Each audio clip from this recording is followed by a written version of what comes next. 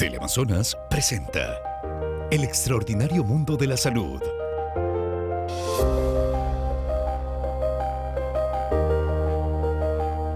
Hola amigos, bienvenidos. Hoy vamos a hablar sobre las neumonías, aquellas infecciones respiratorias que en su mayoría son agudas y que usualmente son causadas por virus o bacterias y que pueden afectar nuestros pulmones. Vean ustedes que a veces pueden ser tan peligrosas que pongan en riesgo nuestras vidas. Se estima que a nivel mundial al menos 100 millones de casos de neumonía se diagnostican cada año y de estos pues 800,000 son niños menores de 5 años que lamentablemente fallecen por algún tipo de neumonía.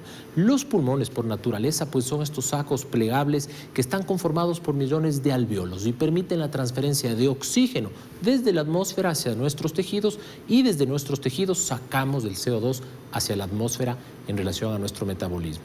Cualquier microorganismo que prolifere en estos órganos pues obviamente causará una neumonía. Coloquialmente usted habrá escuchado la famosa pulmonía. Hoy junto a Michelle Villasís vamos a abordar este tema desde la perspectiva médica, científica y preventiva. Hola Michelle. Esteban, televidentes en casa, bienvenidos. Hoy vamos a hablar de la principal causa de muerte de los niños en todo el mundo, es decir, la neumonía. Oigan bien, casi 1 millón de niños en el mundo pierden la vida por esta enfermedad, pero mucho ojo que 7 de cada 10 casos se pueden prevenir. ¿Cómo? Durante el programa lo revelaremos. Recuerde que estamos pendientes a nuestra cuenta de Twitter, @mundosaludec. Si tienen preguntas, escríbanos. Más de 10 años nosotros hemos tenido que en el Ecuador, desde el 2011, más de 205,000 casos se han reportado de hospitalizaciones por neumonía, de los cuales al menos 1.500 han terminado en muerte, y esto solamente en casos menores de 5 años. Vean ustedes que la neumonía por lo general se debe a la inhalación o microaspiración de estas dispersiones directas de las secreciones mucosas de patógenos en el tracto respiratorio y que obviamente se transmiten de una persona a otra. Hay distintos mecanismos de nuestro cuerpo que tratan de impedir estos procesos, como el movimiento mucociliar, los macrófagos o nuestro sistema inmunológico que defiende al cuerpo de estas infecciones. La tos es un gran mecanismo para tratar de prevenir. Sin embargo, pues los factores de riesgo aumentan la probabilidad de que desarrollemos neumonía. Vean ustedes que estas neumonías se pueden caracterizar y dividir de acuerdo a varios criterios, pero en general pues dependen del huésped, de las condiciones socioeconómicas. Hay personas que tienen factores de riesgo por la falta de vacunación que ya tienen disponibles. Los niños que tal vez no han lactado o que tienen lactancia no exclusiva tienen más riesgo de desarrollar este tipo de neumonías. Y también la desnutrición crónica es una causa importante de neumonía, especialmente en los pacientes más pequeños. Los niños que tienen bajo peso al nacer o las personas adultas que también tienen algún tipo de inmunosupresión.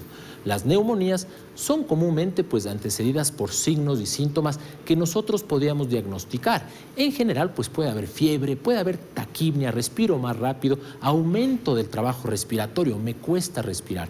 Cuando me auscultan o me escuchan los pulmones se puede escuchar crepitantes y sonidos como silbilancias, como que silba algo dentro de nuestros pulmones. Y esto de aquí pues puede ser usualmente causado, ya les digo, por un virus como el del SARS-CoV-2 o una bacteria.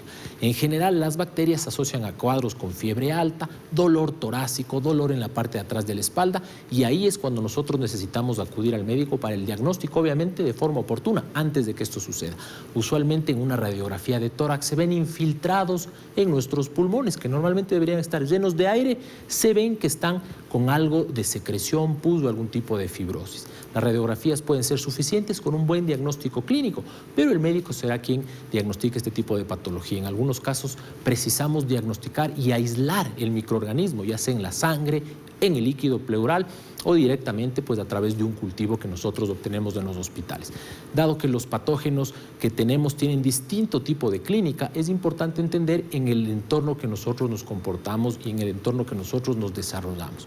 Hay riesgos que son similares y que la clínica puede cambiar de un cuadro a otro.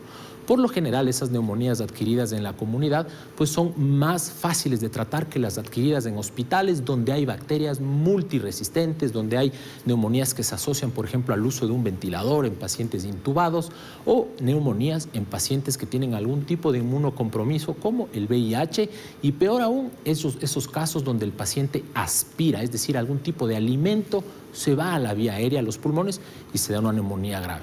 El tratamiento depende del agente causal, sea un virus o una bacteria, pero en general las bacterias pues responden a los antibióticos que pueden ser en etapas iniciales por vía oral o sistémicas a través de las vías que nosotros disponemos a los pacientes en los hospitales. Y las neumonías virales como la influenza o el COVID-19 pues tienen tratamientos que basan en medicinas biológicas o en los corticoides para contrarrestar estos efectos negativos que se ven en la neumonía. El pronóstico depende de qué tan rápido tratemos y de la severidad de los signos y del tipo de agente causal.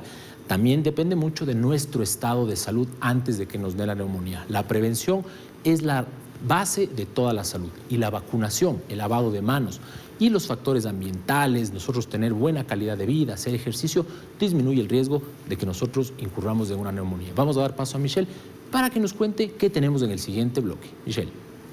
Después de la pausa vamos a conocer más consejos prácticos para tratar la neumonía y mucho mejor también prevenirla. El extraordinario mundo de la salud.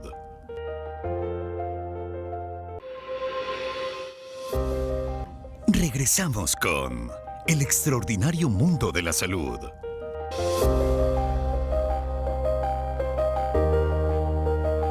Con Michelle junto de la mano de expertos, pero empecemos con los tweets. Michelle, léenos estas preguntas.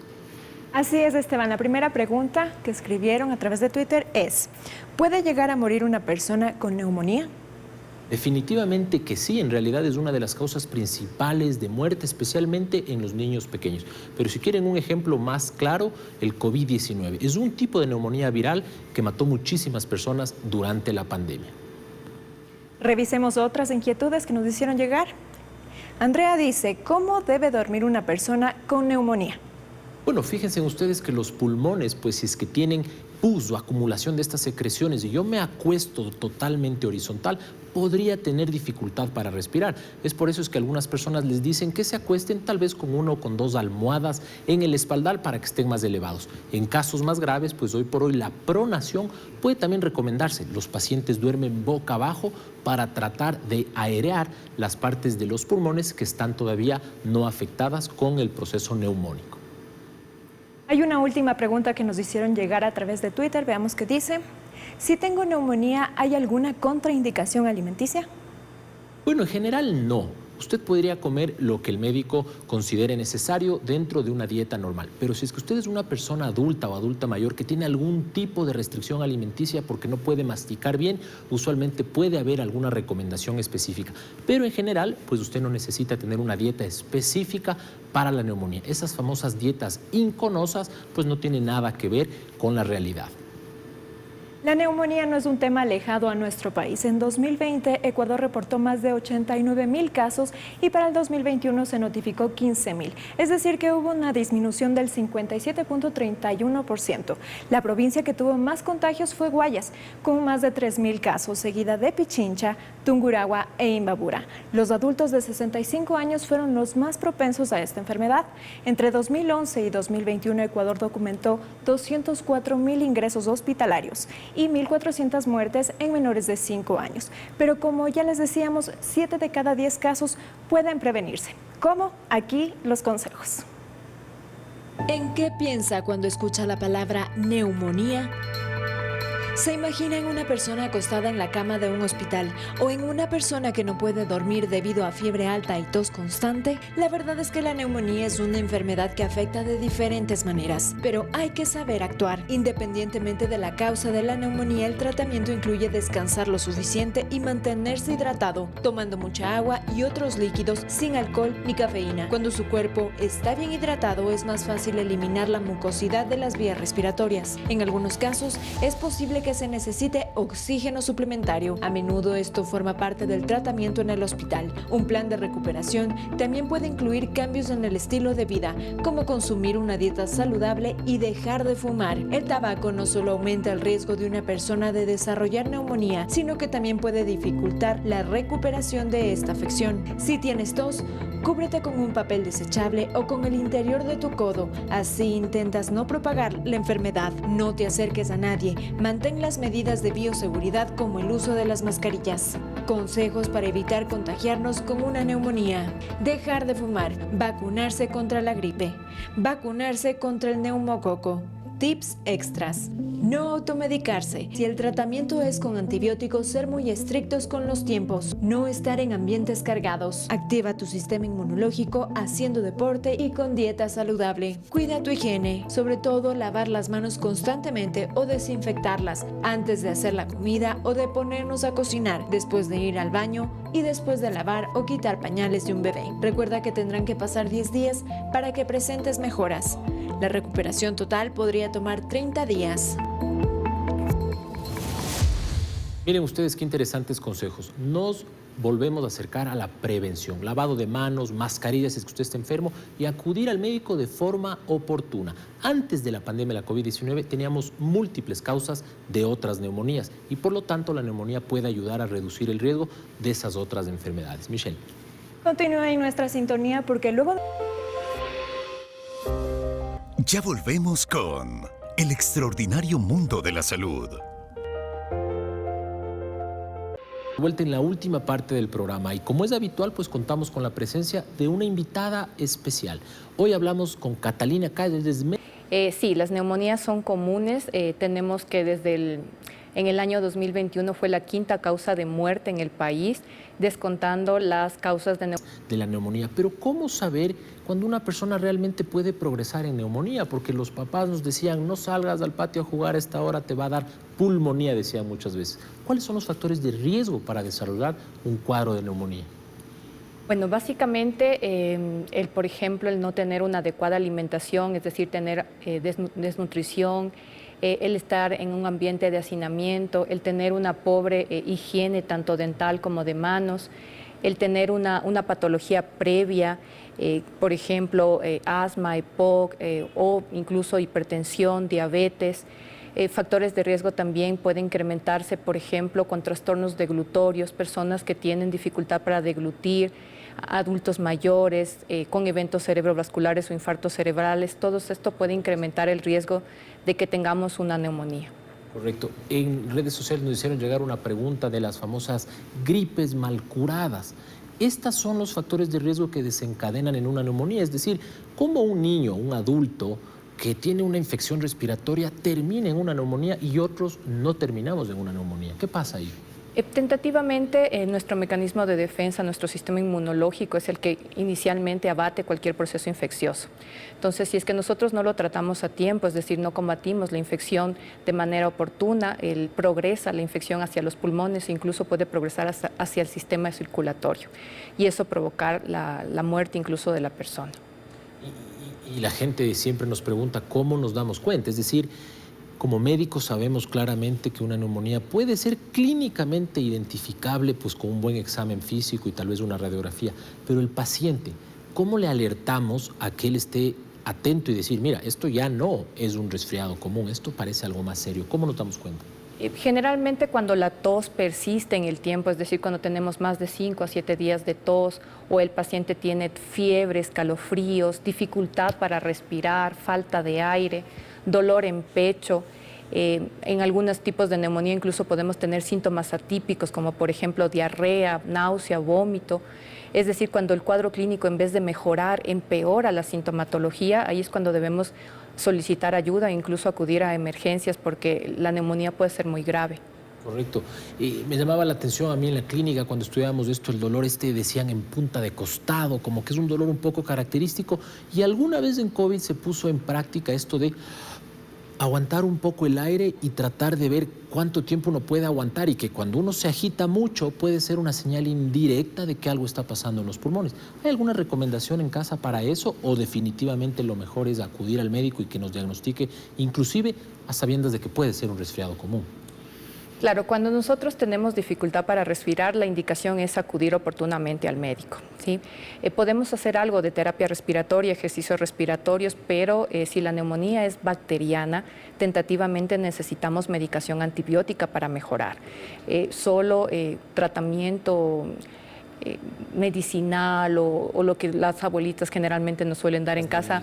Las nebulizaciones tampoco van a ser útiles en este momento para tratar la enfermedad. Claro, sin antibiótico, pues una nebulización no me va a hacer nada. Y lo que nos sucede es que a veces nos demoramos mucho en acudir. Es decir, a veces nos esperamos, sí, ya me voy a curar, y cuando llegan al hospital o al médico ya tienen una neumonía bien puesta. ¿Cuál es el pronóstico de estas neumonías? Bueno, inicialmente las complicaciones antes de ir al pronóstico. Las complicaciones de una neumonía pueden ser abscesos pulmonares, es decir, la colección de pus en el pulmón, la colección de pus alrededor del pulmón, es decir, derrames pleurales, el paso de la infección hacia la sangre, la sepsis, la bacteremia y por ende el riesgo de muerte del paciente. El pronóstico va a ir encaminado de acuerdo a la causa que provoca la neumonía, es decir, si tenemos una neumonía bacteriana y nosotros tenemos una bacteria multisensible, el antibiótico le va a hacer efecto y se va a recuperar completamente. Sin embargo, hoy en día, incluso con el advenimiento de la pandemia y con la COVID-19, sabemos que hay algunas neumonías que nos pueden dejar secuelas, como es la COVID-19, y ahí el pronóstico va de acuerdo a lo que el germen que provocó la neumonía. Por eso es importante no automedicarse, porque hay gente que quiere reciclar los 4 o 5 tabletas que le sobraron de la vez anterior que se enfermó para este caso. Hay neumonías por bacterias multiresistentes. ¿Se está viendo eso en el Ecuador? ¿Se habla de esas futuras enfermedades multiresistentes? Claro que sí, tenemos ya en el país algunas bacterias multiresistentes, sobre todo son las neumonías que se encuentran a nivel intrahospitalario, aquellos pacientes que pasan en terapia intensiva por larga estancia hospitalaria, ellos son los que están más en factores de riesgo del desarrollo de este tipo de bacterias. Adicionalmente, las personas inmunodeprimidas también tienen mayor riesgo de bacterias multiresistentes. En realidad, la multiresistencia es un jaque hacia la medicina moderna porque nos deja vulnerables ante una infección sin antibióticos que podamos administrar al paciente. Correcto, y el llamado es cuidarnos. ¿Qué pasa con esos pacientes crónicos que ustedes tienen? El paciente con bronquitis, ese paciente exfumador con tal vez asma, con enfisema. Hay que hacerse un chequeo anual, hay que hacerse un chequeo cada 6 meses. ¿Cuál es la recomendación? La recomendación con los pacientes respiratorios en general y con las patologías crónicas es que veamos a nuestro médico de cabecera cada 3, cada 4 meses, mantengamos nuestra medicación habitual, vacunemos a nuestros pacientes contra la influenza, contra el neumococo, mantengamos un adecuado estilo de vida, tanto higiene dental como higiene de manos. A veces la neumonía viene por origen de mal aseo dental. Y cuidarse y básicamente la prevención, como yo siempre digo, aquí buscamos que ustedes tengan la prevención en la casa. ¿Dónde podemos encontrarle, doctora? Claro que sí, aquí en Quito, en Axis Hospital, en el 398-0100, la extensión 1225. Bueno, ustedes ya saben, cualquier proceso de estos respiratorios, no pensemos en que puede ser algo muy trivial. Siempre hay que consultar con el médico y no automedicarnos. Pues hemos llegado ya al final del programa. Agradecemos la presencia de nuestra